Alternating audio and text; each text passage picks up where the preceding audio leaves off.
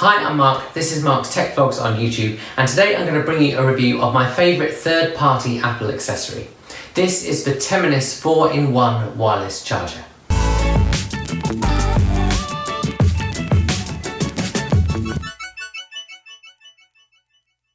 Now, if like me you are well and truly part of the Apple ecosystem, then the idea of minimising all of your cables and just having one charger for your phone, watch, AirPods and even Apple Pencil is something that really appeals to you. The problem is, if you look around at a lot of the solutions out there, they either don't cover for all of those things that I just mentioned, or they require you to use some of your existing cables. So if you look at some of the all-in-one chargers out there, most of them seem to require you to use your Apple Watch charger and kind of wire it into the device that you get.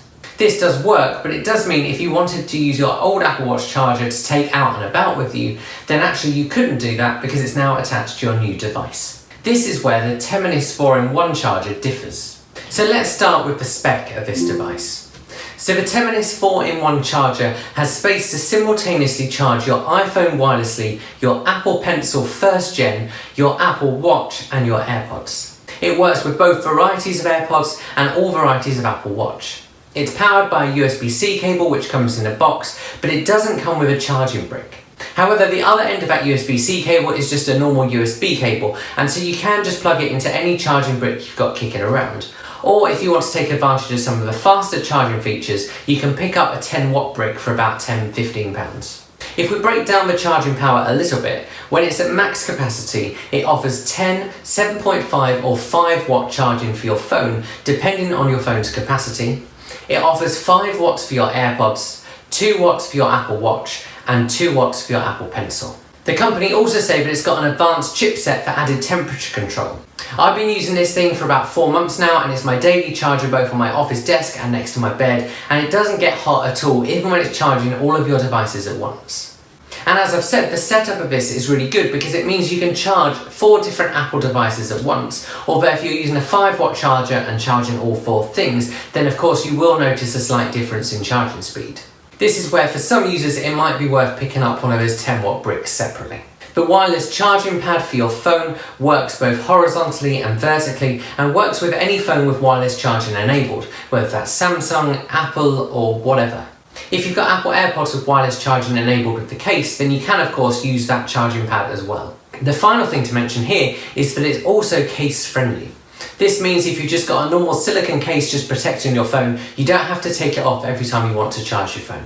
In terms of design, I think it's got a nice rounded design and it's a pretty compact design overall. It folds flat for travelling, and of course you can charge things when it's flat and plugged in as well.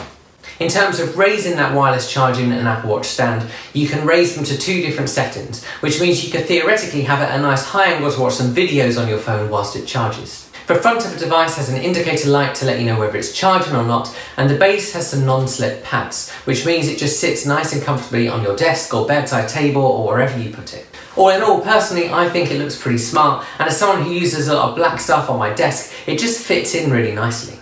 So what about usage? If I'm honest, there's not much more you can say about a charger in a review other than to say it charges your devices at the speed you expect them to, and it doesn't get too hot, which basically makes it perfect.